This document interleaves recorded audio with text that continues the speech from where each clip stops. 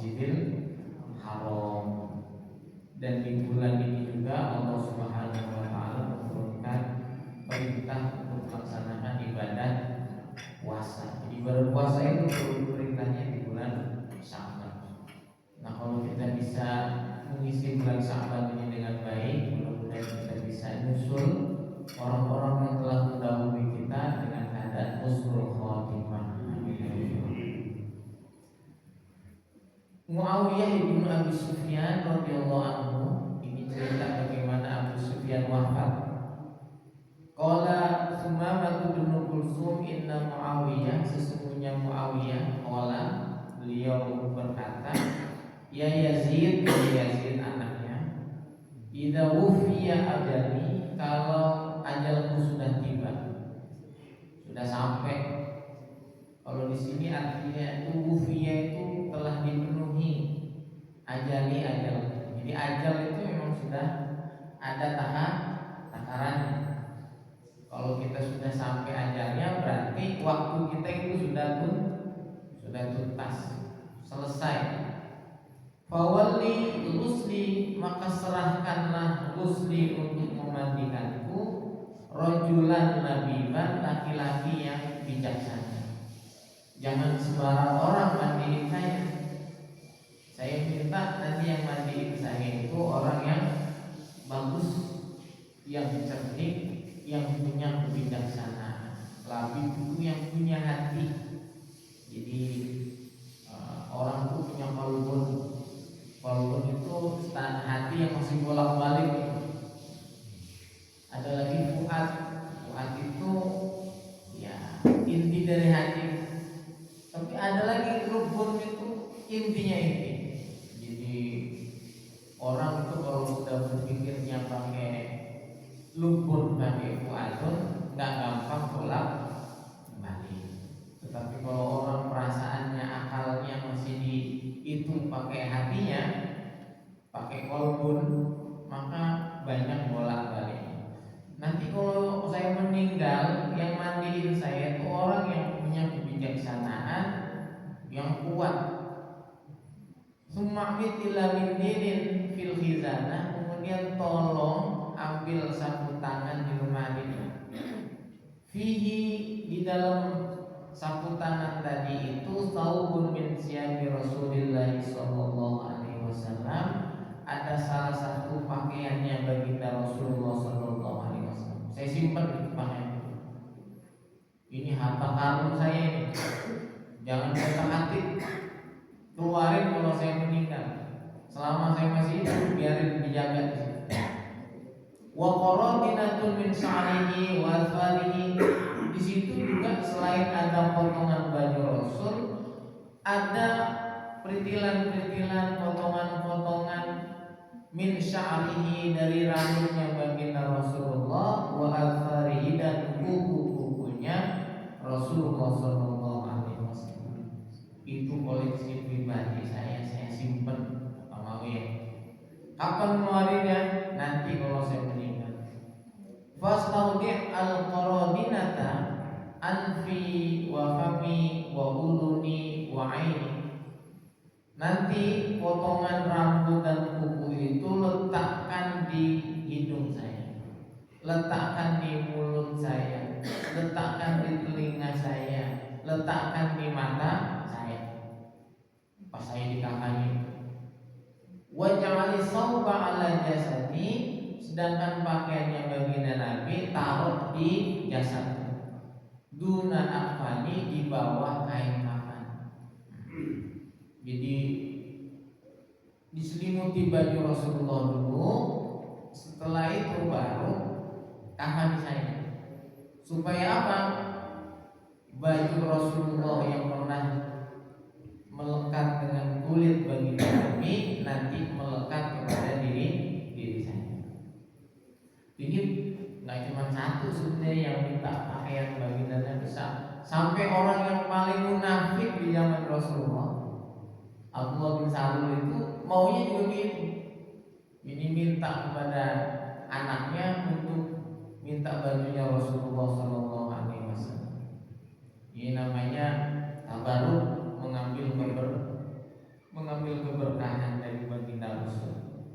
Ini kemarin ada perdebatan yang luar biasa di Facebook tuh, heboh debat antara Ustadz NU sama ustadz-ustadz dari kalangan Wahabi yang mengharamkan tabarruk. Ya tidak perlu berantem. Kalau beda pendapat ya nggak apa-apa, tapi jangan sampai terbawa kepada hati marah, benci, itu nggak boleh. Bahwa orang punya pandangan yang berbeda, ya nggak apa-apa. Tetapi jangan sampai menghalangi hak dia sebagai saudara. Nah, jeleknya orang yang berdebat itu biasanya musuhan. Nah, itu yang nggak boleh. Fa in adrajtumuni wa wada'tumuni fi kufri. Kalau kalian sudah gotong lalu meletakkan saya pelan-pelan di kuburan saya, wa khallu baina Muawiyah wa arhamir rahimin. Kalau sudah kau masukkan ke liang lahat, maka biarkan, tinggalkan saya, nanti itu urusannya Muawiyah dengan Allah yang Maha Pengasih dan Penyayang. Yang penting pesan saya begitu. Jadi ini pelajaran bagi kita. Minimal kita ini kan tidak ada yang nyimpen rambutnya Rasulullah. Peneten rambut sendiri nggak disimpan. Kalau kita ini nggak nyimpen rambut Rasulullah, pakaian Rasulullah, maka sunnahnya kita ini kain kafannya itu adalah baju ihramnya yang kita pakai umroh atau haji. Itu makanya jangan dibuang itu baju ihram, simpen. Untuk apa? Untuk menyertai kita berangkat ke liang. Kalau belum umroh gimana? Kalau punya duit untuk umroh pakai baju ihram, sorban yang biasa dipakai sholat itu disertakan. Kalau sarung, ya jangan. Kalau sarung, masa meninggal sarungan? Pakai sorban. Itu menjadi petanda yang bisa menjadikan si mayit itu tenang di dalam kubur. Kenapa? Karena dia didampingi oleh benda yang senantiasa melekat ketika beribadah kepada Allah Subhanahu wa ta'ala. Jadi sekelas Khadijah Al-Kubra, ketika beliau wafat sakit, beliau bisik-bisik kepada Fatimah, wahai Fatimah, tolong bilangin ke ayah kamu, saya nggak minta apa-apa, cuman sorban yang biasa dipakai dia sholat, kalau nanti saya meninggal itu jadiin bagian dari kain kafan saya. Itu permintaannya Khadijah. Disampaikan itu kepada ayahandanya. Ayah, tadi ibu pesan kalau beliau wafat pengen minta sorbannya untuk dijadiin kain kafan. Nangis Rasulullah, didatangi istrinya. Apa sih yang kau minta ini? Lebih dari itu kasih. Karena apa? Ya, kata Rasulullah, apa yang gak kamu berikan kepada saya di dunia ini? Kepada Khadijah, semuanya hartanya Khadijah itu dipakai untuk membiayai dakwahnya baginda Rasulullah Sallallahu Alaihi Wasallam. Jadi kalau punya istri dai itu, bagusnya istrinya kaya. Untuk apa? Supaya tidak ada rasa tamak kepada jamaah. Ayah saya itu mengikuti ini. Ayah saya itu orang biasa di Banyuwangi, tapi ibu saya itu anaknya juragan tanah di Jakarta. Jadi yang namanya pesantren, beli tanah, itu banyak yang mensupport adalah harta dari ibu saya. Nah, ini contoh. Nah, ini tolong jadi pelajaran bagi kita. Sesuatu yang kita biasa pakai sholat, ibadah, kalau bisa nanti akan menyertai kita di dalam kubur. Ini mudah-mudahan kita punya benda-benda yang biasa melekat pada kita ketika beribadah. Ini yang sebenarnya sopan. Abdullah bin Zubair.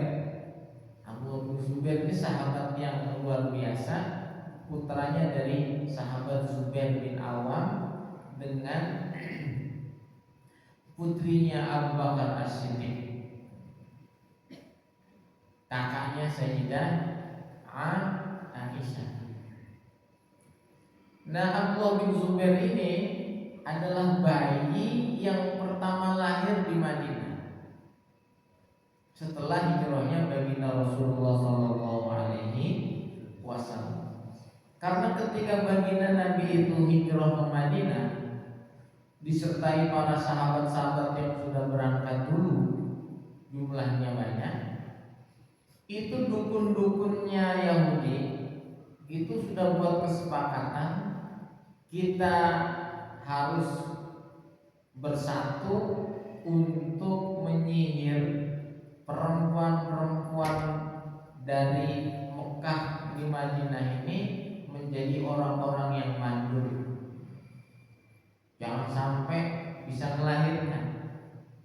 Itu dukun-dukunnya orang-orang Yahudi. Dan itu kayaknya agak benar, agak berhasil. Kenapa? Lama sekali ada lahir bayi di Madinah setelah hijrahnya baginda Nabi Muhammad SAW.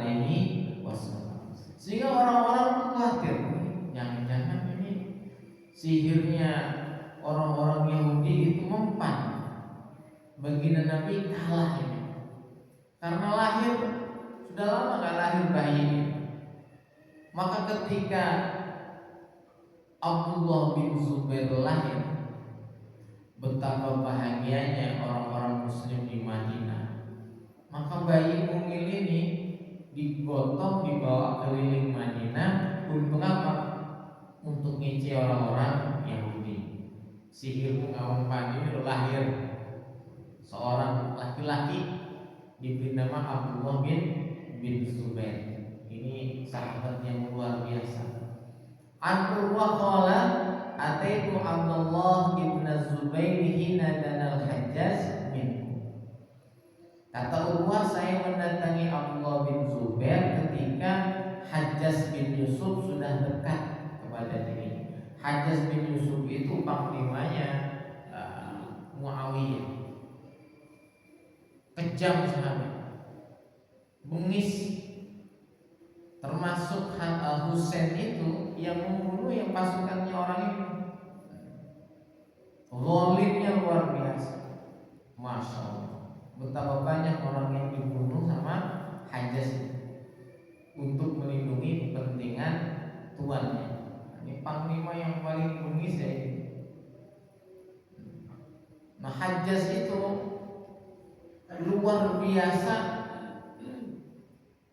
pol-polan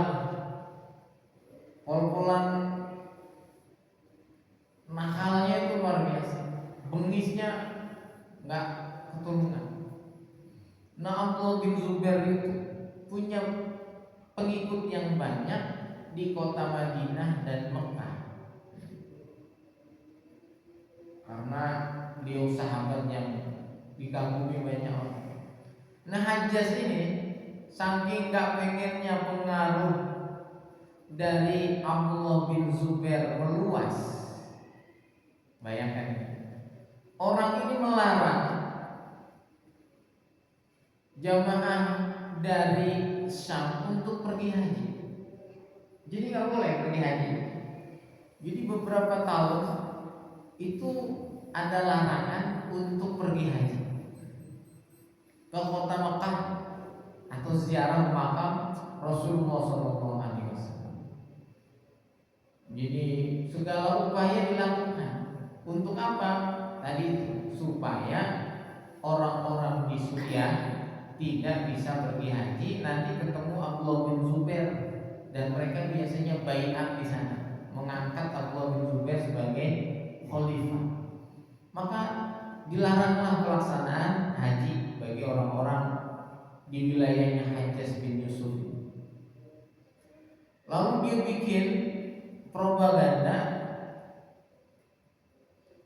Muhammad itu dibanding khalifah-khalifah Muawiyah, ya bagusan mereka, lebih hebat dia. Nah, ini, kalau ada yang menentang itu dihukum, saking luar biasanya orang. Nah, ketika Hajjaj sudah mendekat kepada Abdullah bin Zubair, Urwah bin Mas'ud itu menasihati Abdullah bin Zubair. Fakultu, aku berkata, laqad lahika fulan bil Hajjaj wa lahika fulan bil Hajjaj. Sudah banyak orang yang ketemu Hajjaj itu nasibnya jelek semuanya, akhirnya buruk semuanya. Faqala Farad Salman wa Farad Namir. Kata Abdullah bin Zubair, Farad Salaman wa Farad Namir. Yang namanya serigala bisa saja kabur lari, tetapi waqad mulaqa ma'ahum fala nafir. Kami kita ini sudah ketemu dengan orang-orang hebat, fala nafir, dan kami tidak mau lari. Kalau serigala lari ya itu urusan dia, tetapi kalau saya sih enggak akan lari. Fakultu lahu, kata Urwah, qad ukhidat daru fulan wa daru fulan. Hati-hati Abdullah bin Zubair, Hajjaj itu kalau udah nyampe rumah itu bisa dibakar sama dia seorangnya. Sudah banyak rumah yang dibakar sama dia. Faqala isbir isom innahu syarrun baqin qad sakka ashabuka darbal anam wa qamatil harbu bina ala saq. Nah, ini syairnya orang Arab. Tenang, sabarlah isom. Yang namanya Hajjaj itu adalah keburukan yang abadi. Qad sakka ashabuka darbal anam. Sahabat-sahabat kamu, teman-teman kita sudah terbiasa perang, nebas leher sudah biasa. Wa qamatil harbu bina alasa. Setiap peperangan betis kita ini senantiasa tegak berdiri. Meskipun kita sudah banyak melalui perang, betis kita ini masih tegak dalam peperangan. Fa'aradu annahu la yusallim. Kata Allah, kalau begitu saya ngerti Abdullah bin Zubair tidak mungkin menyerah. Artinya dia tetap mau berjuang. Jadi Hajjaj itu memang pembunuh berdarah dingin orang. Husain saja itu nggak mau nyerah, dikejar sampai di Karbala itu, di blokade. Tidak ada air yang boleh masuk, tidak ada akses makanan yang dikirim, dibiarin mati kelaparan dan kehausan lemas pengikutnya Sayyidina Musa. Persis seperti kelakuannya Israel sekarang ini. Dia memblokade Gaza, padahal Gaza itu kan ya tentara nggak ada. Hamas itu bukan tentara, itu milisi. Tapi bengisnya orang Israel itu ya memang nggak ketolongan, nggak ketulungan. Ini bukan manusia Israel. Faghalani, ini kekerasan Abdullah bin Zubair ini membuat saya jadi mangkel. Fakultu innahum wallahi ya'khudhuka yuqatti'uka irban. Wahai Abdullah bin Zubair, demi Allah, kalau bala tentaranya Hajjaj, orang-orang munafik itu nangkep kamu, yuqatti'uka irban-irban, mereka itu akan mencincang kamu satu jengkal satu jengkal. Jadi saking kejamnya. Faqala, kata Abdullah bin Zubair, walastu ubalihi na uqtalu musliman, saya enggak peduli saya mati dalam kondisi seperti apa selagi saya meninggal dalam keadaan muslim. Ala ayyi jambin kana lillahi masra'i, di setiap sudut tubuh yang manapun saya mau dicincang, ya enggak masalah selama perjuangan saya ini karena Allah Subhanahu wa ta'ala. Nah, sebelum Hajjaj datang, yang namanya Abdullah bin Zubair ini pamit kepada ibunya. Ibunya Abdullah bin Zubair sih Asma bintu Abu Bakar. Bu, kalau pamit, ini saya mau perang melawan Hajjaj, orang munafik. Kata ibunya, kata Asma bintu Abu Bakar, terus kamu kalau mau perang lawan Hajjaj, ngapain kamu pakai baju perang? Copot. Jadi bapak sama anak mau lebih nekat ibunya, kamu ngapain pakai baju perang, pakai baju besi? Copot, lepas. Jadi lepas sama ibu. Ikhlas, ridho saya. Maka betul memang ketika perang Abdullah bin Zubair, dia dicacah-cacah badannya sama Hajjaj sampai gak berbentuk, ngirisnya itu terlalu halus Hajjaj. Memang kejamnya orang ini luar biasa. Jadi di rombongannya Sayyidina Husain itu ada saudara perempuannya namanya Zainab. Nah, Zainab ini dibiarin hidup. Ketika Husain itu ketika meninggal, badannya itu diinjak-injak sampai halus lebur, kepalanya dipotong, dibawa kepalanya itu dari Irak ke Damaskus, ke Suriah. Di Suriah apa didiamkan? Enggak,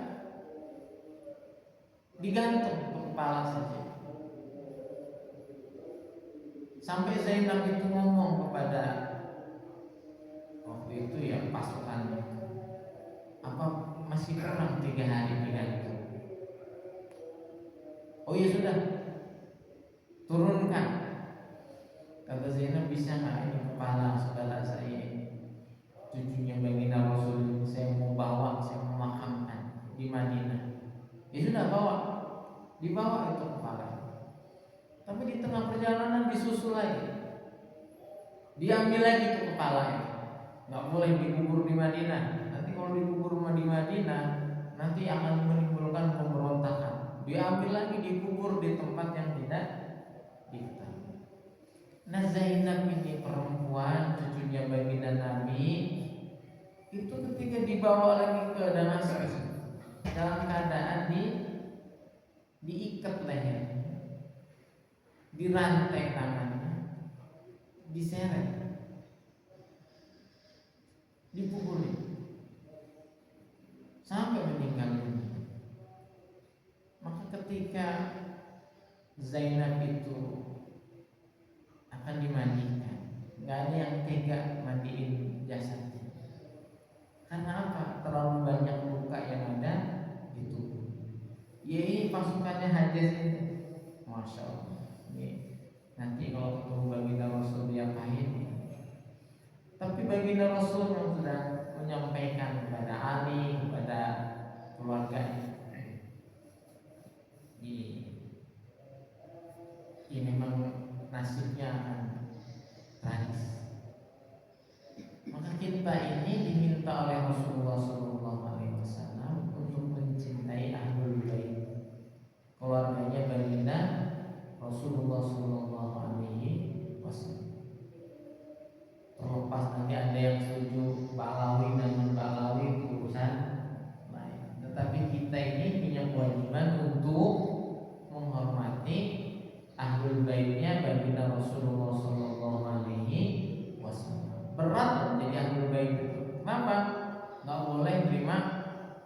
sedekah, itu nggak boleh. Sampai sekarang tidak boleh menerima zakat.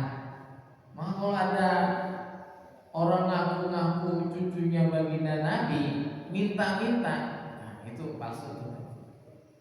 Karena kode etiknya cucunya baginda Nabi itu keturunannya tidak boleh menerima sedekah, tidak boleh menerima zakat.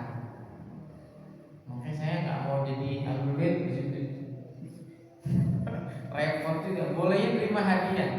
Nah kalau hadiah kan harus berdasarkan sesuatu. Itu cucunya baginda Rasul. Nah yang sekarang ini menjadi kebanggaan ahlul bait. Ahlul bait nanti banyak. Ada yang sunni. Yang sunni itu ya orang yang biasa dipanggil Sayyid, Syarif atau Habib bagi sebagian orang. Ada yang ahlul bait keturunan baginda Nabi itu yang dari orang Syiah. Ayatullah Ali Khomeini itu ahlul bait. Itu keturunannya baginda Nabi Muhammad Shallallahu Alaihi Wasallam dan jelas silsilahnya. Maka kalau beliau maksudnya dilihat wajahnya kok adem, kalau bicara tenang, hatinya menunjukkan ketulusan dan keberanian sebagai pemimpin, ya DNA baginda Rasul ada dalam. Wa dzalika fi dzatil ilah wa iyasa yubalik ala awsali silwin mumazza'in. Itu semuanya berada pada ruang lingkupnya Allah Subhanahu wa taala. Wa iyasa, kalau Allah berkehendak, yubarik, Allah akan memberkahi ala awsali silwin mumazza'in, atas semua anggota-anggota tubuh, potongan-potongan badan mumazza'in yang sudah dicacah-cacah, enggak masalah. Ini Abdullah bin Zubair, sahabat yang luar biasa. Fa'araf annahu la yumkinu min nafsihi. Fa'araftu annahu la yumkinu min nafsihi. Jadi Urwah ini sudah ngerti nggak mungkin sahabat Abdullah bin Zubair ini dirubah pendirian. Tapi kira-kira benar nggak apa yang diambil keputusan oleh Abdullah bin Zubair? Tidak mau menyerah. Ya betul. Kenapa? Menyerah pun ya sama aja. Menyerah itu juga, ya dia lender juga. Ya mendingan bertempur. Maka orang Islam harus begitu. Ini yang saya senang dari Iran, meskipun nggak sama mazhabnya. Iran itu ngerti, seandainya dia perang dengan Amerika, dibantu Israel, dibantu negeri Islam yang lain, apa? Dibantu Yordan. Yordan itu bantu Israel. Qatar itu bantu juga enggak, tapi nolong juga enggak. Dia diem aja, pasrah. Tapi semua pangkalan udaranya Amerika itu naruhnya di Qatar. Sebagian di Saudi, sebagian di Kuwait, yang di Irak sudah ditutup. Jadi dikelilingi musuh-musuh. Apa ada yang mau bantu Irak ketika diserang Amerika sama Israel? Paling Turki diem-diem saja. Yang bantu malah Cina. Kenapa? Kita menyerah juga akan dianiaya. Kita bertempur, mudah-mudahan Allah memberikan pertolongan. Nah itu prinsipnya seperti itu. Sehingga kalah menang itu bukan tujuan, tetapi intinya adalah berjuang. Nah ini Abdullah bin Hudzafah ini sahabat yang luar biasa, diplomat ulung, orang yang oleh Umar bin Khattab, setiap orang yang ketemu beliau diperintahkan untuk mencium kepalanya. Ini sahabat Abdullah ibnu Hudzafah. Karena sebagai seorang diplomat, Abdullah bin Hudzafah ini pernah ditawan oleh Heraklius bersama orang-orang Muslim. Diancam nih Abdullah bin Hudzafah, kamu kalau nggak masuk keluar dari Islam, tak goreng. Jadi ancamnya goreng. Tak goreng, kamu sudah ada kuali besar, ada minyak menyala di situ mendidih. Kamu kalau nggak keluar dari agama kamu, tak masukin ke kuali. Kata Allah itu kamu keluarin aja, masukin saya di sini nggak apa-apa, tapi saya nggak mau keluar dari Islam. Mau dicincang, mau dibunuh, mau di ini, nggak takut sama sekali. Nggak apa-apa, kamu silakan bunuh saya, tapi kalau saya keluar dari Islam saya nggak bisa. Sampai Heraklius bingung orang keluar dari apa, karena takut. Sampai karena kagum atas kehebatan keteguhan hati Abdullah bin Hudzafah, ya sudah, kamu saya bebaskan. Tetapi syaratnya satu. Apa kata Hudzafah? Kalau syaratnya keluar dari Islam nggak akan saya terima. Enggak, syaratnya cuma satu aja. Kamu cium kepala saya. Kata Kaisar, oh itu ya, tak cium. Maka diciumlah itu kepalanya Kaisar itu, akhirnya dia dimerdekakan, dilepas bersama kaum muslimin. Nah, mendengar berita itu, Abdullah bin Hudzafah udah dibebasin. Mau digoreng dia nggak bergeming, mau dibunuh dia nggak bergeming. Cuman satu saja dilepas, kalau mencium kepalanya Kaisar tadi. Akhirnya Umar bin Khattab memberikan perintah kalau ketemu Abdullah bin Hudzafah semuanya cium kepala dia. Sebagai apa? Balas. Karena beliau sudah pernah mencium Kaisar dia lepas, kita balas kehormatan ini dengan kita mencium kepalanya Abdullah bin Hudzafah. Bagaimana orang yang hebat ini wafat? Apa kata-kata terakhir yang beliau sampaikan? Qad dzakarna anhu fi ma taqaddama annahu usil. Sudah lewat kalau beliau ini pernah ditawan. Falamma aradu qatlahu, baka ketika mereka itu ingin membunuh Abdullah bin Hudzafah, beliau menangis. Qala innama abki, ketika ditanya kenapa kamu kok nangis? Innama abki laisa li illa nafsun wahidah yuf'alu biha hadza billahi azza wa jalla. Saya menangis ini karena saya ini tidak punya jiwa, tidak punya badan kecuali ya satu ini yang ada di tubuh saya. Yuf'alu biha hadza billah, yang badan saya ini pernah ditusuk, pernah dibacok, pernah macam-macam musibah sudah dia dapatkan. Dia mendapatkan itu karena ada di jalan Allah Subhanahu wa taala. Kuntu uhibbu an yakuna li anfusun bi'adami kulli sya'ratin fi tsumma yuf'alu biha. Saya ini senang seandainya saya itu punya badan banyak, sejumlah rambut saya, bilangan rambut saya ada berapa? 10.000. Saya pengen punya tubuh 10.000. Supaya apa? Supaya 10.000 tubuh saya itu bisa saya manfaatkan beribadah kepada Allah Subhanahu wa taala. Ini pelajaran yang penting. Tadi sebelum kesini saya ngobrol sama Pak Bambang, ngeluh beliau kakinya yang dua nih kakinya. Ya kakinya ini selama hidup dikasih Allah dua. Sekarang agak susah kalau dipakai jalan. Tapi kalau bagi Allah, ya Allah saya nangis, kenapa saya cuma dikasih dua kaki? Seandainya saya punya 20.000 kaki, saya pakai semuanya ke masjid.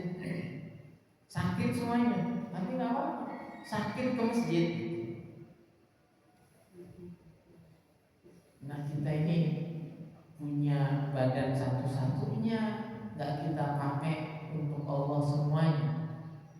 Itu yang jadi tangisannya Abdullah ibnu Ubay. Seandainya saya punya 10.000 tubuh, 10.000 tubuh itu digoreng semuanya, saya senang. Saya punya 2 kaki, 2 kaki itu semuanya keselio karena saya berangkat ke masjid itu.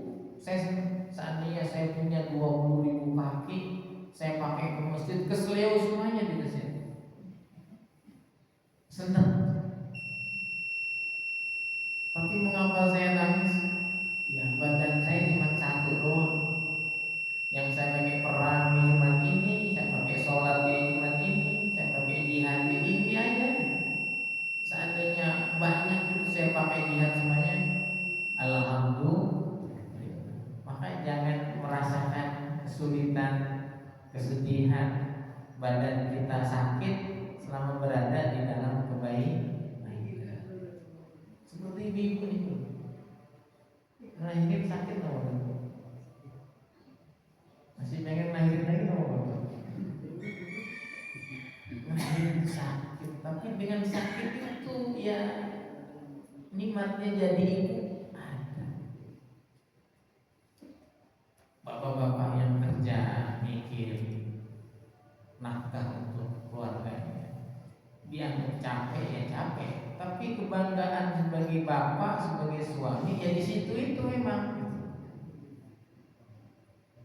Nah kita ini semakin lama jasad kita semakin melemah, nggak masalah selama itu prosesnya kita pakai untuk Allah Subhanahu wa Ta'ala. Jangan dieman-eman tubuhnya, jangan dieman-eman untuk ibadah kepada Allah Subhanahu wa Ta'ala. Allah ibnu Qudamah, sahabat yang memberikan kita mau hidup ketika beliau akan meninggal, menangis, tangisannya karena itu. Saya cuma punya satu tubuh ini aja yang saya pakai untuk Allah Subhanahu wa Ta'ala. Uhibbu ayyakuna li anfusun bi'adadi kulli sya'ratin fiyya summa yuf'alu li hadha. Padahal saya inginnya punya tubuh sebilangan rambut yang ada dalam tubuh saya, yang tubuh saya ini mendapatkan hal yang sama. Pernah sakit, kena tombak ketika berjihad di jalan Allah, ditangkap, ditawan